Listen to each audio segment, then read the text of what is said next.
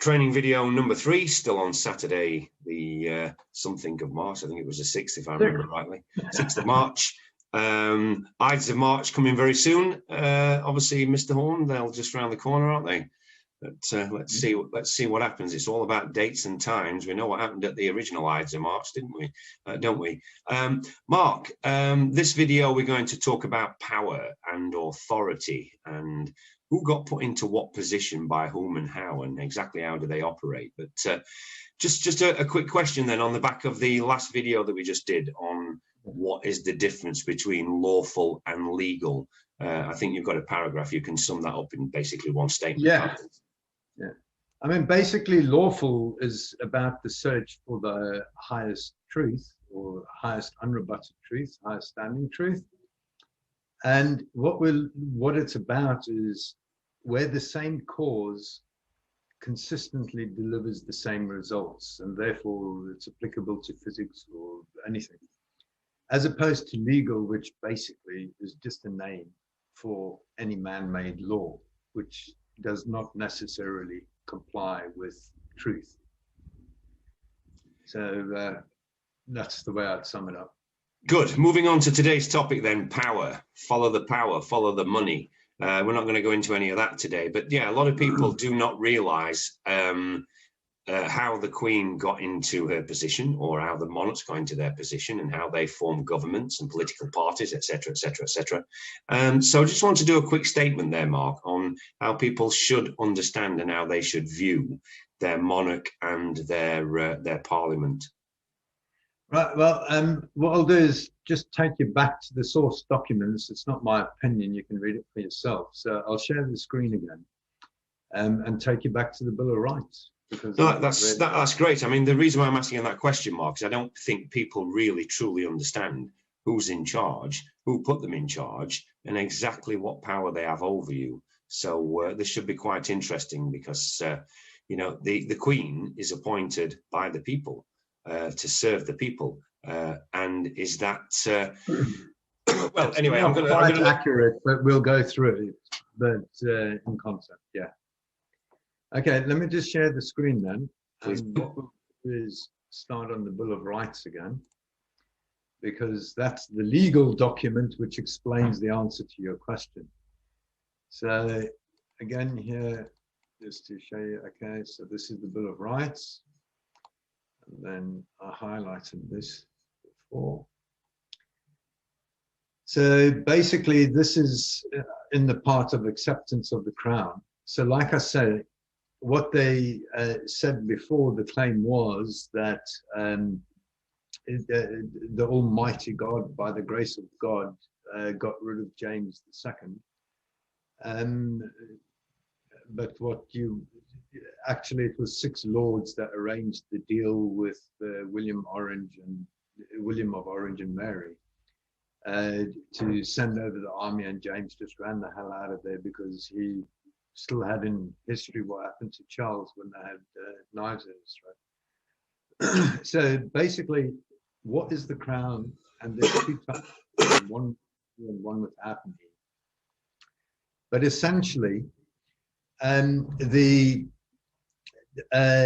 part of this power sharing agreement, because that's what it is, it was a settlement as to who divvies out what now that the last king had been kicked out. So basically, everybody's heard of Royal Prerogative.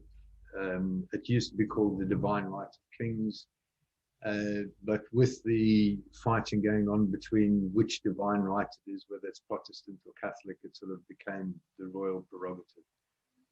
So the Royal Prerogative basically is the crown and royal dignity. So it's 2 things. This crown is with an E, okay, and this crown is with an N. 2 different things.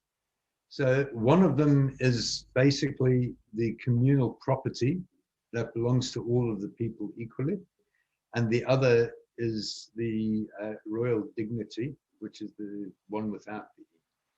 So what is royal dignity? Basically, it's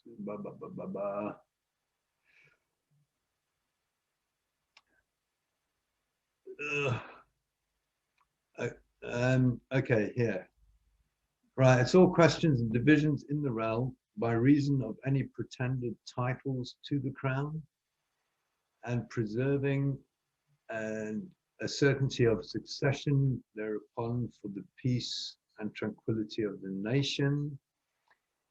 And it goes on that it's all the authority. So let me just, I should have actually highlighted this before. I thought I did. Anyway, it's in here, and I will do a separate video on that. So basically, the Royal Prerogative is derived from the Bill of Rights. And then if we go back to the Bill of Rights then, so the Royal Prerogative is granted by the Bill of Rights, and then they do their power sharing agreement. So basically, dispensing power is part of Her Majesty's government's obligations. However, they can't do anything without the consent of Parliament. Therefore, Her Majesty's government is subject of Parliament, and Parliament makes all the laws.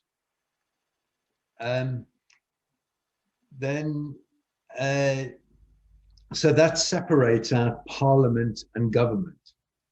And if we go back to the last video where we said you get primary legislation and secondary legislation, Parliament creates the primary legislation, okay, and it gets conferred, the government gets conferred powers derived from that primary legislation.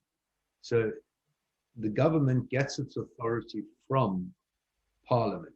So its government is actually servant of Parliament.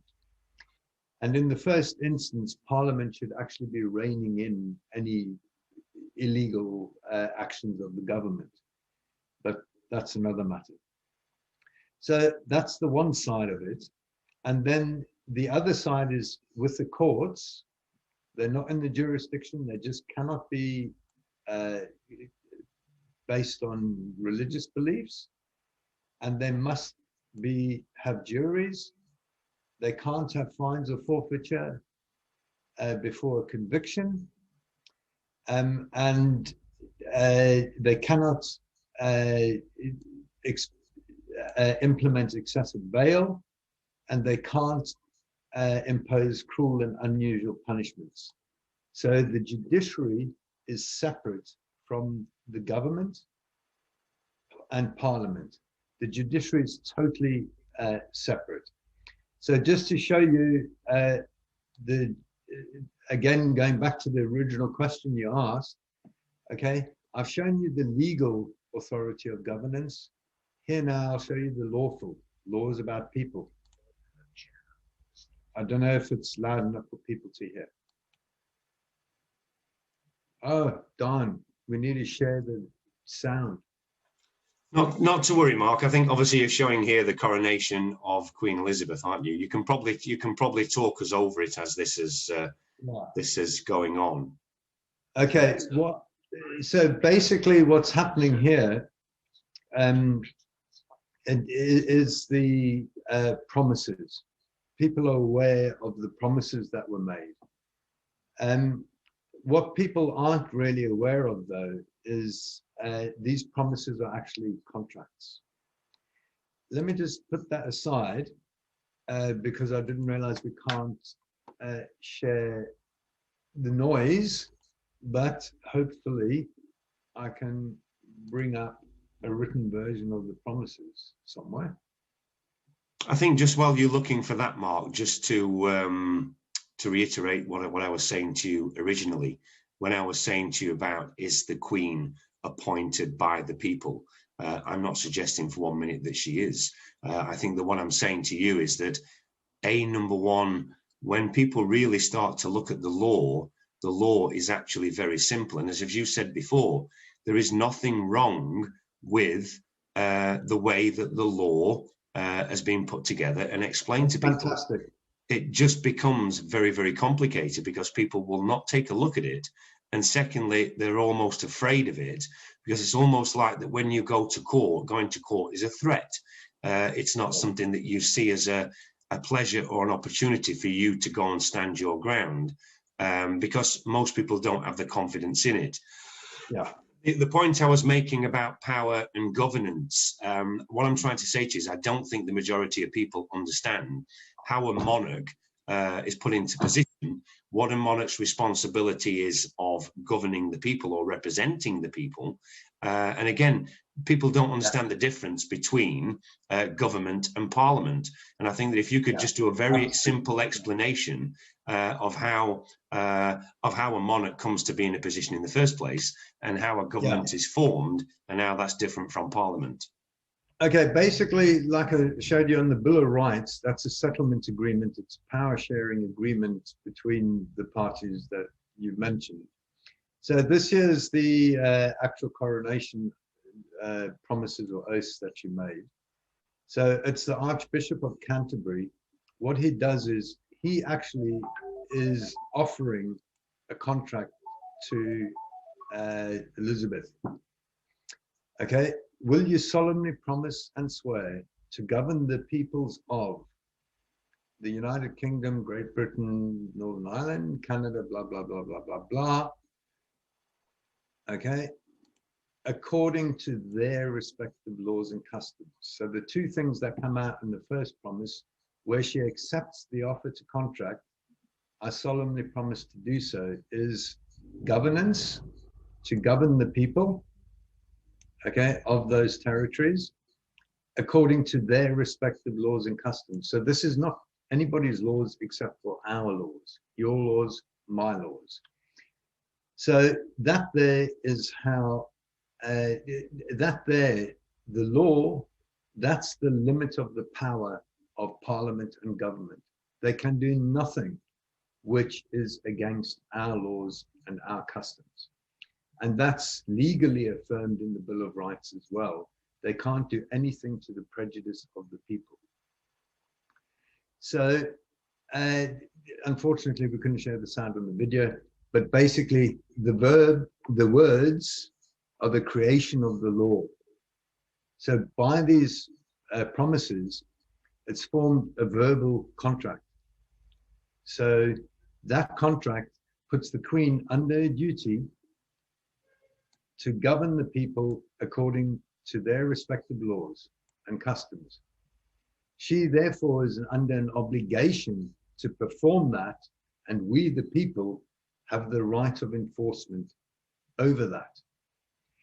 And so basically, you've got the creation of duties, which gives rights of enforcement and obligations of performance. So that then makes it absolutely clear exactly what we can expect from the monarch. However, what she actually does then is via the oath of allegiance that all MPs need to swear, and she's then delegating that authority to make the laws to the acts of parliament, sorry, as to how Her Majesty's government will deliver this governance according to our laws and customs. So that's basically it. And then before an MP can actually do any work, they need to swear an oath of allegiance to the monarch. And before any minister can take up the office within the government, Her Majesty's government, which is subject to Parliament, they need to make an oath of office. So the lawful side is all verbal. The second promise that was made was what created the Independent Judiciary. So there basically, again, the Archbishop of Canterbury offered Elizabeth Alexandra Mary, which is her full name, will you, to your power, cause law and justice and mercy to be executed in all your judgments? She accepted the offer with the words, I will. And both of these promises were sealed in writing. So these are written contracts. And then the judiciary basically is delegated then again with oaths of affirmations, or oaths or affirmations of allegiance to the monarch to deliver both the promises. And then the Lord Chancellor makes an oath as head of the judiciary. And then the judicial oath is taken by the office holders of the Lord Chief Justice, the Master of the Rolls, Recorder of London, and Justices of the Peace. Judges are Justices of the Peace. So, in consideration of the monarch promising to do these things, she gets the Royal Prerogative, which is defined in the Bill of Rights. So how is the law lawfully enforced? Basically, as part of governance, the police constables make a lawful oath. Again, it's the words that create the law, that creates rights, duties, and obligations. And these are the front people that we see. And their oath includes with fairness, integrity, diligence, and impartiality, upholding fundamental human rights and according equal respect to all people, to cause the peace to be kept and preserved, and prevent all offenses against people and property. So basically, it's about upholding the rule of law, which is how they finish their oath, discharge all the duties thereof faithfully according to law. What is the law? In the monarch's first promise, it's very clear. It's our respective laws and customs. So any acts of parliament are not law. We've covered that in the earlier video. It's our laws. If we wish to peacefully go about our lives, so long as we don't breach the peace, we can do what we like. And remember, for something to have the force of law, it must be possible, i.e. not impossible. The law does not expect the impossible. It must be rational, and it must be reasonable. And then I'll just quickly share Section 24 of the Police and Crimes Acts. Police and Criminal Evidence Act. And that there shows you that you have exactly the same powers as what a policeman has. So even you can use reasonable force if somebody has broken the law to detain them and take them to a police station. And that's what the police oath says, according to law. According to law, we are all equal under the law. Nobody's above the law. And hence, what you can do, I can do. And so the system is fantastic. I'll leave it at that, Glenn. I think, does that answer the question? No, it does, Mark. I think that in the next video, I'll also ask you a couple of questions related back to that. I think that going back to the use of words again, do people really understand what the word governments mean? You know, what is it to govern someone? You mentioned there about the Queen obviously respecting laws and current traditions. Some people may ask, what actually are they then? But that'll make an interesting conversation for what is actually already agreed by the people. Now, you mentioned there, obviously, the policeman's oath. That's the reason why when we're speaking to the police out in the general public is to say, are you here today as a man? If you are, my name is Glenn. What is your name? They're not going to give you their name. So therefore, you are acting under oath. By acting under oath, by actually exercising what you believe to be your powers of office with quoting your badge number and your rank, is you are now therefore operating within and under your oath. And as we say, is that every single man or woman is in a position that if anybody is committing an act, which could be an act of an aggression, not just an act of crime, an act of aggression, that every human being has the right to stand and actually You're not only right, you're under obligation to uphold the peace. Indeed. Both. Indeed. It's a right and an obligation we all are under. Good. Mark, obviously the next videos we're going to follow on from here now. We've had to do these rather lengthy videos so that people can understand the law of the land. But we're now going to try to put these into practical scenarios so people can actually see. But I think the important thing about what we've done so far is that people can clarify and see the difference between lawful and legal. Law is about humans when we use it in the context of the force of the law. And this is why the oaths are so important, because an oath, when you breach your oath, it creates what's called an equitable estoppel. They are immediately estopped of any enforcement rights.